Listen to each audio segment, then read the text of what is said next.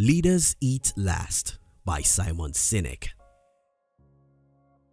Just a few hours before I started working on this book review, I was discussing with a friend about how I intentionally overpay my team and employees.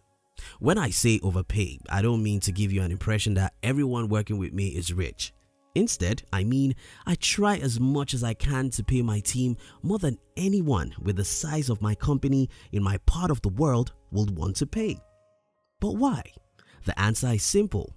Leaders eat last. If you are an entrepreneur or a leader of any kind, you must be able to please people around you first.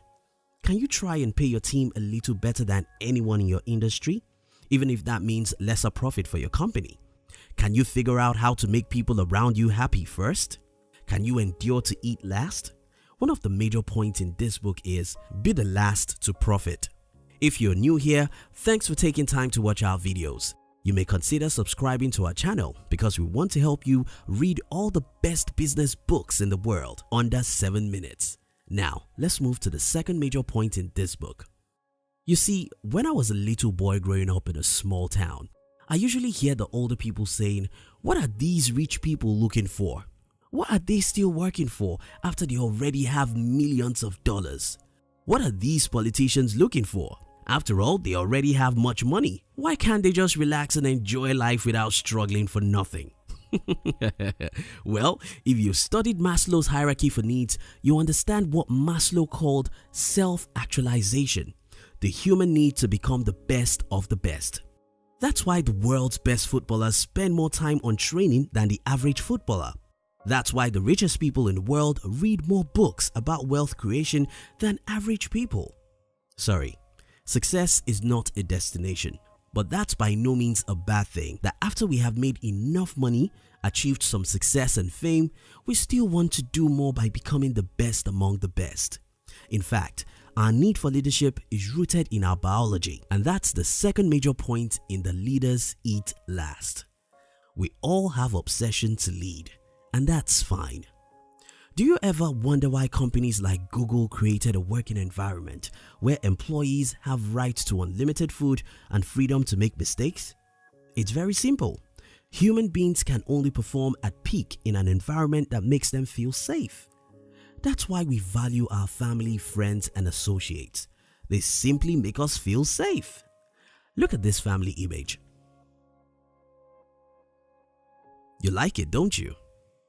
It's because we all love to be around those who make us feel safe. How can you apply this as a business leader? Work hard to create an environment where your team and employees feel safe. Maybe free food like Google, maybe freedom to make mistakes, or maybe the freedom to work without any supervision or strict code of dressing. After all, no one wears a tie to a family setting, at least in my part of the world. Leaders must create a safe environment for followers to flourish.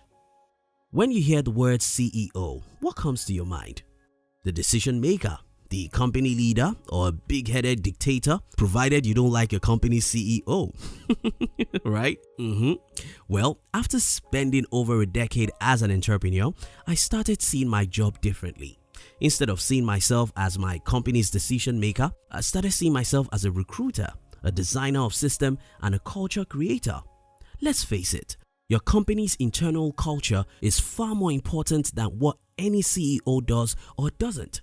How your team and employees treat your customers and each other, their approach to mistakes and creativity, whether they see your clients as who to dupe or as best friends, etc., are all about the culture you as a leader set. Now that's the fourth major point in this book. Set the right culture and value for your team and employee. Few days ago, I was teaching entrepreneurship to a group of fans via video training. One of my emphasis was on the importance of good human relationship.